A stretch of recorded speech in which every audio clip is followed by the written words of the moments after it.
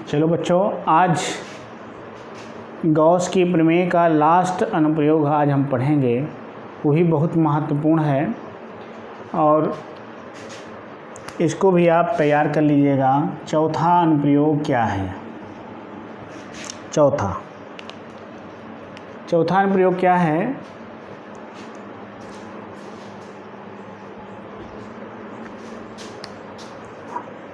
एक समान रूप से चौथा अनुप्रयोग देखेंगे। एक समान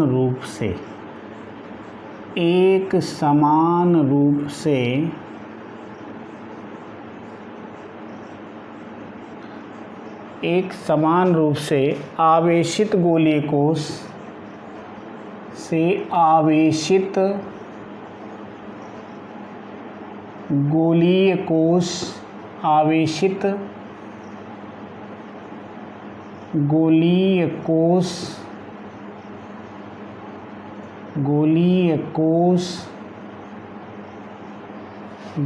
कोश के कारणवृक्ष कोश के कारण वैद्युत क्षेत्र की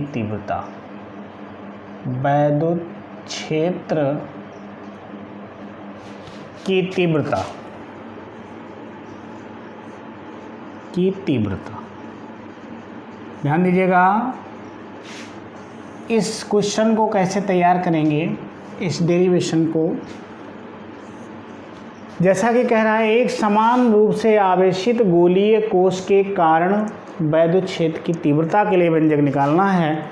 किसके प्रयोग द्वारा? गॉस की प्रमेय के द्वारा।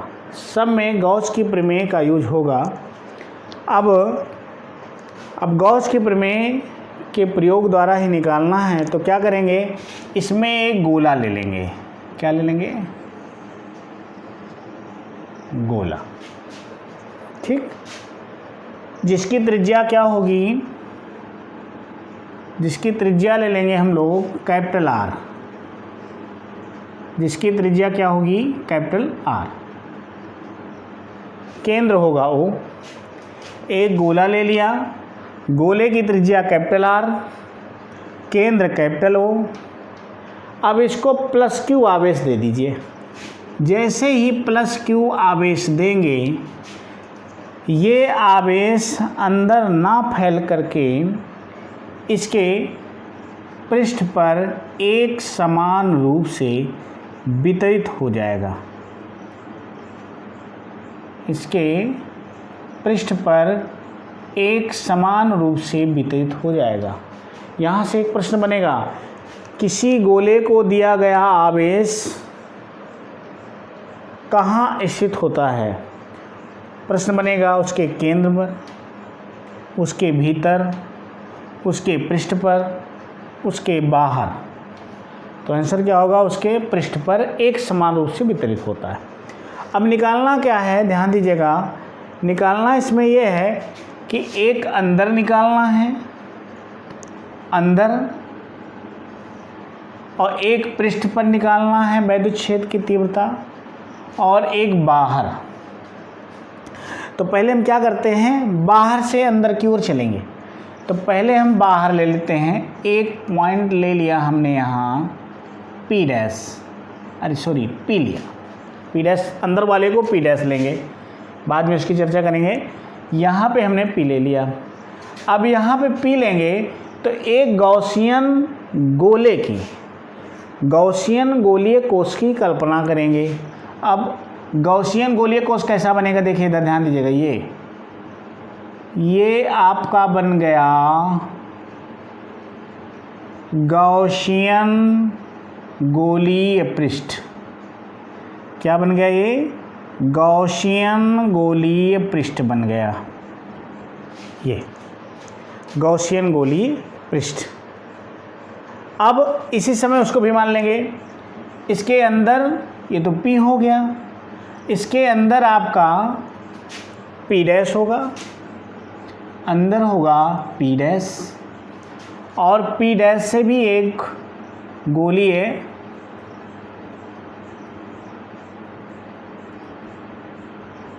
पृष्ठ खींच लेंगे। अब देखिए, ध्यान दीजिएगा, आपको करना क्या है, पहले बाहर निकालना है। तो बाहर की बात करेंगे, बाह्य पृष्ठ, बाह्य बिंदु पर किसकी बात करेंगे, बाह्य बिंदु पर, बाह्य बिंदु की गणना करेंगे। अब क्या करेंगे, यहाँ पे एक क्षेत्रफल अवयव लेंगे, इस बिंदु P पर एक क्षेत्रफल अवयव क्या ले लेंगे, एक क्षेत्रफल अवयव ले लिया गया ये, जिसकी यहाँ से दूरी मान लिया जाता है स्मॉल r है। कितना है, स्मॉल r। अब जानते हैं ये आवेश के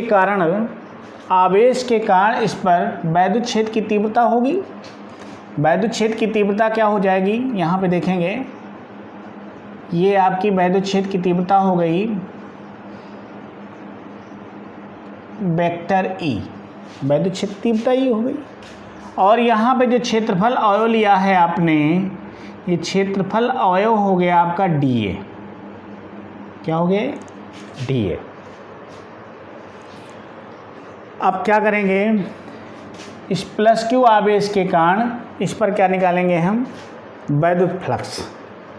क्या निकालेंगे, इस क्षेत्रफल अवयव से निकलने वाला वैद्युत फ्लक्स। इस आवेश के कारण इस क्षेत्रफल अवयव से निकलने वाला वैद्युत फ्लक्स, जैसे हम लोग करते आए हैं, डी फाई ई बराबर वही हमेशा ई डॉट डी ए। क्या हो गया, ई डॉट डी ए। और आप जानते हो ई डॉट डी ए बराबर हो जाएगा डी फाई ई बराबर ई डी ए कॉस थीटा। कहाँ से लगा, यहाँ पे लगा अदिश गुणनफल ए डॉट बी बराबर ए बी कॉस थीटा। अब क्या हो जाएगा, डी फाई ई बराबर क्या बनेगा, E D A cos 0 degree. E और डी ए के बीच कोण कितना बन रहा है, 0 डिग्री बन रहा है। तो क्या हो जाएगा, यहाँ 0 हो जाएगा। तो डी फाई ई बराबर क्या बनेगा, ई डी ए। क्या बनेगा, ई डी ए, क्योंकि cos 0 का मान होता है 1। cos 0 का मान कितना होता है, 1 होता है, इसलिए यहाँ 1 हो जाएगा, बचेगा क्या, ई डी ए। अब संपूर्ण पृष्ठ से निकालना है,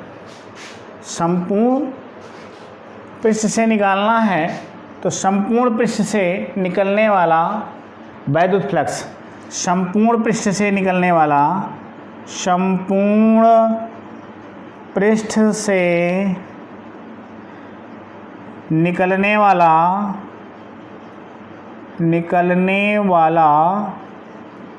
वैद्युत फ्लक्स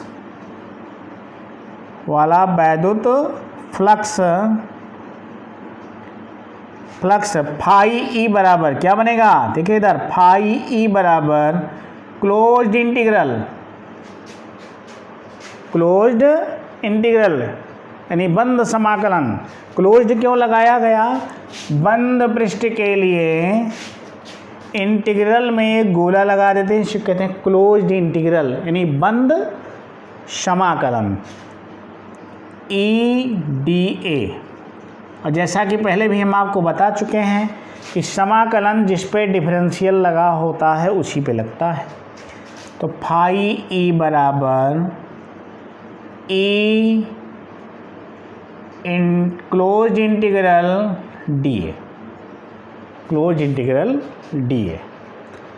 अब क्लोज्ड इंटीग्रल डी ए हो जाएगा। अब यहाँ तक आप नोट डाउन कर लीजिए, इसके बाद आगे बताते हैं।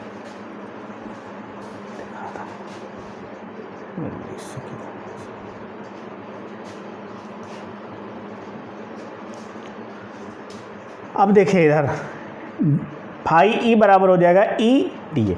अब देखिए ई डी ए क्या होता है, गोले का जो पृष्ठ होता है वो 4 पाई आर स्क्वायर होता है। क्या होता है? 4 पाई आर स्क्वायर। तो पूरा एरिया जो होगा आपका, ये जैसे गेंद होती है, गेंद का जो वक्रीय पृष्ठ होता है वो क्या होता है? 4 पाई आर स्क्वायर होता है। तो त्रिज्या आर है तो क्या हो जाएगा? यहाँ पे हो जाएगा फाई ई बराबर ई इंटू क्या हो जाएगा? 4 pi R square. 4 pi R square, 4 pi R square. इसको समीकरण नंबर 1 मान लेंगे। क्या मान लेंगे? समीकरण नंबर 1। उसके बाद में क्या लगता है? यहाँ लगाएंगे गॉस की प्रमेय से, गॉस की प्रमेय से, गॉस की प्रमेय से क्या बनेगा? फाई ई बराबर क्या होता है? Q upon epsilon 0। समीकरण नंबर 2। अब समीकरण 1 और 2 के संगत पक्षों की तुलना करने पर, तो समीकरण 1 व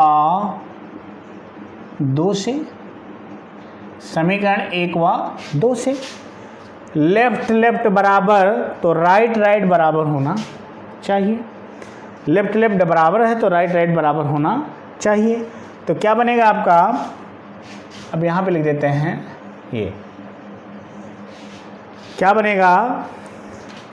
E into 4 pi R square बराबर Q अपान एप्सिलॉन 0।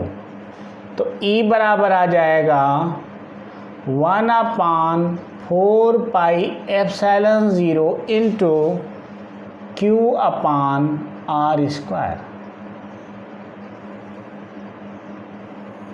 आप ध्यान दीजिएगा, ये सूत्र जाना पहचाना लग रहा है। पाठ नंबर 1 में बताया गया है बिंदु आवेश के कारण वैद्युत क्षेत्र की तीव्रता का सूत्र है। तो ये भी प्रश्न पूछा जा सकता है कि एक समान रूप से आवेशित गोलीय कोश के कारण उत्पन्न वैद्युत क्षेत्र की तीव्रता, प्रश्न बना के दिया जाएगा कि सिद्ध कीजिए कि एक समान रूप से आवेशित गोलीय कोश के कारण वैद्युत क्षेत्र की तीव्रता बिंदु आवेश के कारण उत्पन्न वैद्युत क्षेत्र की तीव्रता के बराबर होती है। तो ऐसा भी प्रश्न आ सकता है। यहीं पे आप लिख सकते हैं कि ये किसका है? बिंदु आवेश के कारण वैद्युत क्षेत्र की तीव्रता का व्यंजक है। अब यहाँ तक आप नोट डाउन कर लीजिए, उसके बाद इधर वाला हम इरेज करेंगे।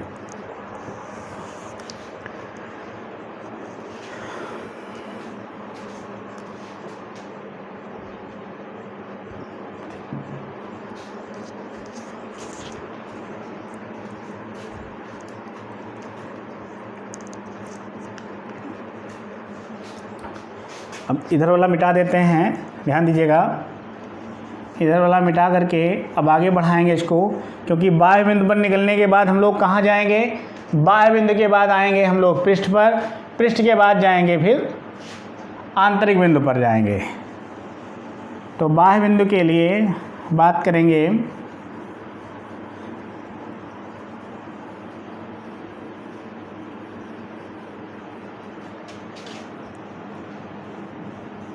देखिए, यदि आवेश का पृष्ठ घनत्व सिग्मा हो, लिखेंगे यदि आवेश का पृष्ठ घनत्व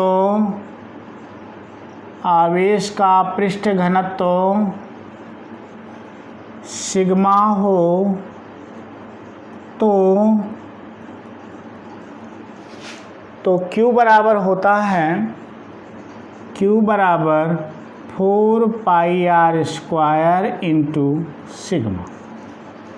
यदि आवेश का पृष्ठ घनत्व सिग्मा हो तो Q बराबर होता है 4 pi R square into sigma. अब ध्यान दीजिएगा, Q का मान यहाँ से उठाएंगे। ध्यान दीजिएगा, Q का मान यहाँ से उठाएंगे और उठा करके यहीं पे रख देंगे।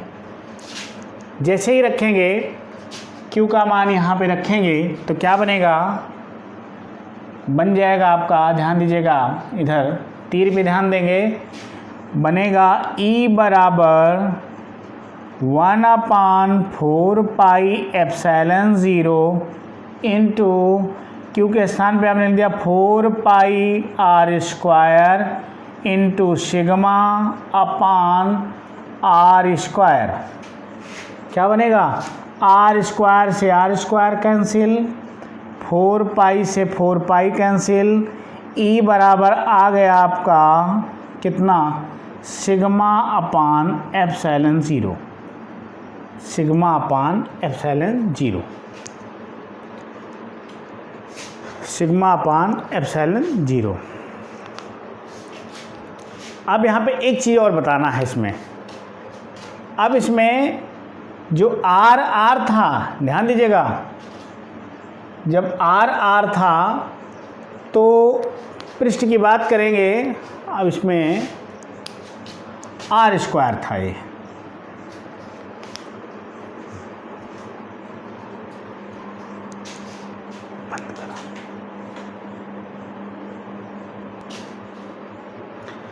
हाँ तो चलिए कहाँ तक देखें। अब क्या हो जाएगा, Q हो गया 4πr² गुणे सिग्मा, तो E बराबर हो जाएगा 1/4πε0। अब ध्यान दीजिएगा ये आपका दूसरा व्यंजक निकल के आ गया, ये आ गया आपका E बराबर सिग्मा अपान ε0 इंटू r² अपान r²। अब क्या होगा, ध्यान दीजिएगा, अब ये तो पहला पॉइंट था जो बाह्य बिंदु में, बाह्य बिंदु की बात कर रहे थे। अब दूसरा टॉपिक क्या बनेगा आपका, इसमें बात बनेगा कि पृष्ठ पर, कहाँ पर, पृष्ठ पर, पृष्ठ पर। अब पृष्ठ पर जैसे हम जाएंगे तो ध्यान दीजिएगा इस सूत्र में क्या चेंजिंग होगी, जैसे हम पृष्ठ पर जाएंगे इस सूत्र में क्या चेंजिंग होगी, आप देख के बताइए। जब हम यहाँ से यहाँ जाएंगे तो क्या हो जाएगा, जब यहाँ से यहाँ जाएंगे तो जो स्मॉल r था वो क्या बन जाएगा, कैपिटल R बन जाएगा। क्या बन जाएगा, स्मॉल r क्या बदल जाएगा, कैपिटल R में बदल जाएगा।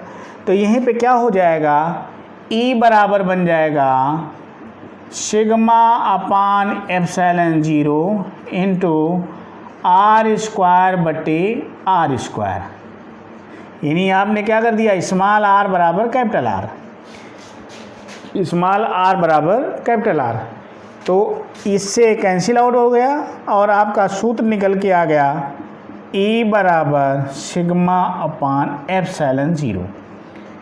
तो जब पृष्ठ की बात करेंगे, जब पृष्ठ की बात करेंगे तो क्या हो जाएगा, हमारा फार्मूला निकल के आएगा E बराबर सिग्मा अपान ε0।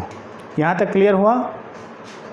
अब एक टॉपिक और बचा इसके अंदर, इस पॉइंट पर, इस पॉइंट की बात करेंगे तो ध्यान दीजिएगा, बहुत आसान है, इसमें तो कुछ नहीं करना आपको। ये बताइए कि सारी चीज़ें आवेश का खेला है, सब जगह आवेश का खेला है। अगर आवेश है तो सब कुछ है, जब आवेश नहीं है तो कुछ नहीं है। आवेश का ही खेला है, आवेश है तो सब कुछ है, आवेश नहीं तो कुछ नहीं। अब ध्यान दीजिएगा, इसको दिया गया आवेश यहीं बट गया पृष्ठ पर, जब पृष्ठ पे बट गया, अंदर कुछ गया नहीं तो अंदर कुछ बचेगा ही नहीं। जब इस गोले के अंदर कोई आवेश नहीं होगा तो जो आवेश नहीं होगा तो कुछ नहीं होगा, अर्थात क्या हो जाएगा, तो इसमें हो जाएगा आंतरिक बिंदु पर। कहाँ पे बात करेंगे, आंतरिक बिंदु पर। तीसरा होगा क्या, आंतरिक बिंदु पर, आंतरिक बिंदु पर। जब आंतरिक बिंदु की बात करेंगे तो क्या हो जाएगा, क्या लिखेंगे, चूंकि गोले के भीतर, गोले के भीतर कोई आवेश नहीं है, कोई आवेश विद्यमान नहीं है, विद्यमान नहीं है, अतः गोले के भीतर, अतः गोले के भीतर वैद्युत क्षेत्र की तीव्रता, वैद्युत क्षेत्र की तीव्रता शून्य होगी, शून्य होगी। कई बार प्रश्न आया हुआ है, मोस्ट इम्पॉर्टेंट क्वेश्चन, 1 नंबर में कई बार आपकी बोर्ड परीक्षा में क्वेश्चन पूछा गया है कि किसी गोले के केंद्र पर, किसी गोले के केंद्र पर वैद्युत क्षेत्र की तीव्रता कितनी होती है, किसी आवेशित गोले के केंद्र पर वैद्युत क्षेत्र की तीव्रता कितनी होती है। तो किसी गोले के केंद्र पर वैद्युत क्षेत्र की तीव्रता क्या होती है, शून्य होती है। क्यों शून्य होती है? क्योंकि उसको दिया गया आवेश उसके भीतर जाता ही नहीं है, उसके पृष्ठ पर एक समान रूप से वितरित हो जाता है। तो इस प्रकार से आपका ये अध्याय पूरा हुआ, यानी गॉस की प्रमेय के सारे इम्पॉर्टेंट डेरिवेशन हमने करवा दिया।